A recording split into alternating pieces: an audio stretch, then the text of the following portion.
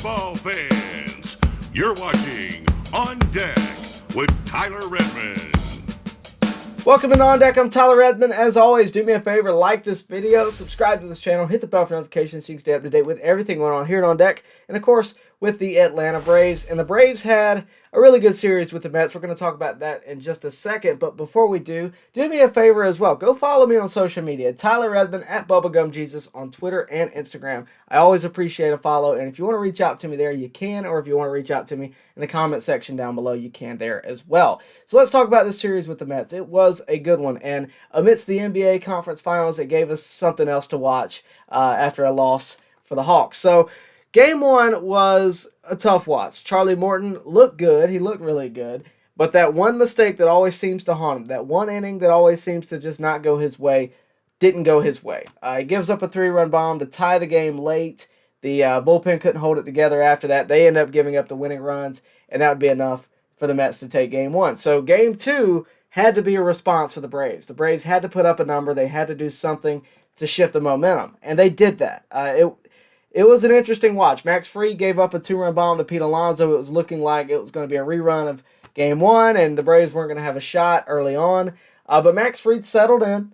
He pitched well and after that, and the Braves also responded with 20 runs, and that always tends to help your winning chances. So Game 3 was going to be the deciding factor, without a doubt, and it was going to be a close one no matter who won. It was going to be a close game because you had DeGrom on the mound and you had Ian Anderson on the mound. And I think we all know DeGrom is probably the best pitcher in baseball today. So the Braves had their work cut out for him. They got to him early, though. And Ian pitched well, I thought. You know, he matched DeGrom pretty closely in everything except strikeouts. DeGrom put up 14. Ian only put up a couple.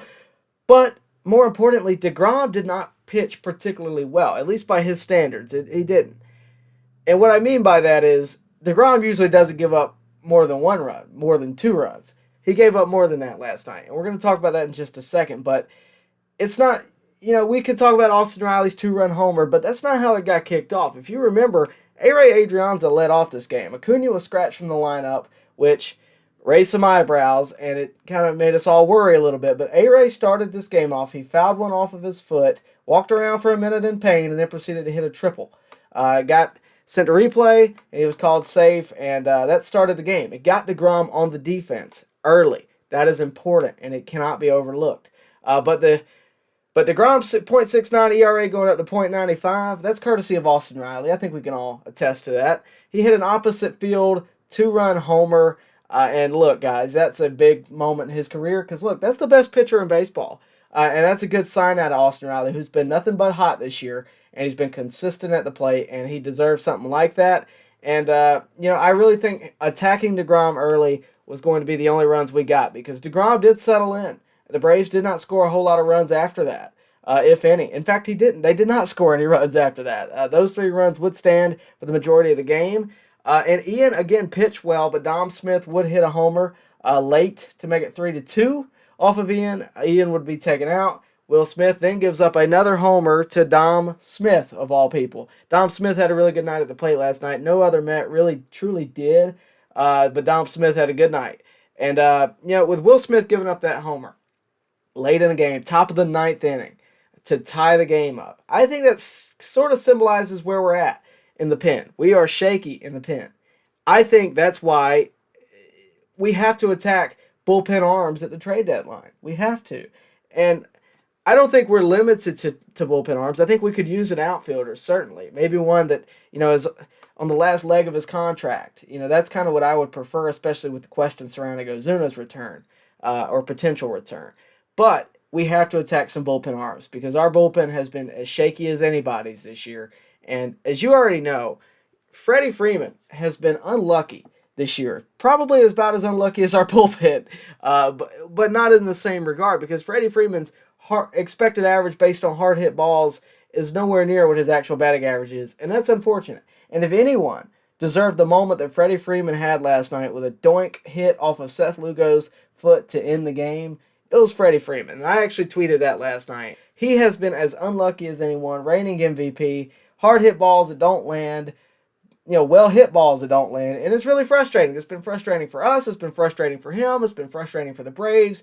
And maybe last night was a sign of change, hopefully. I'm really happy to see Freddie Freeman in the game with a smile on his face. And I feel a difference lately with the Braves. I truly do. I felt it before this series, and I was curious how the series was going to go. Game 1 made me feel a little different, but the difference with this team right now is it is picking itself up again. That is something we've seen over the years, these past few years, these past 4 or 5 year run. We've seen that grow. When Freddie's 0 for 4, you're starting to see Ozzie hitting on all cylinders. You're starting to see Riley hitting on all cylinders. And, vice versa. And I think this is a momentum shifter. I really think winning this series is going to be a momentum shifter. I think if the Braves are to make a postseason run, we're going to look back at this series and be like, that's the series that turned it all around. Because not only did we smack the Mets with 20 runs in Game 2, but they brought in a position player to save the pen, and that wasn't even enough to win Game 3. DeGrom and a well-rested bullpen was not good enough to win Game 3. But we are far from first place. We are still 3.5 games back. We got to get on a roll, and that's where the next few games come in. We got the Marlins and the Pirates next. 2 last-place teams. That's our next 9 games. First series with the Marlins, second series with the Pirates, and another series with the Marlins. Let's get hot. Now's the time, and maybe, just maybe, we'll convince Alex Anthopoulos and Upstairs to go big at the trade deadline.